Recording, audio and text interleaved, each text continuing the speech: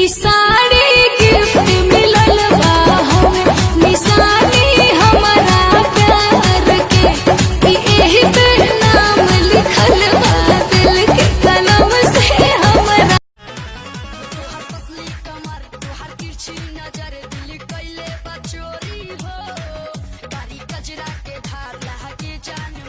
चैत में लइकन के मन होला बाबू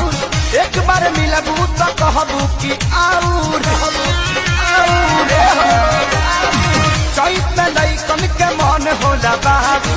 एक बार मिलबू तो कहबू कि आऊर डलिए न फाटल बाबा गली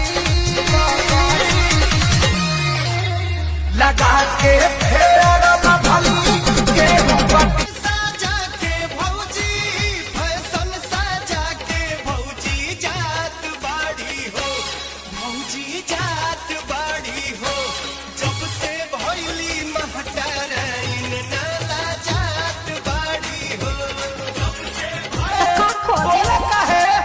नैहर क्या पलतिया जानू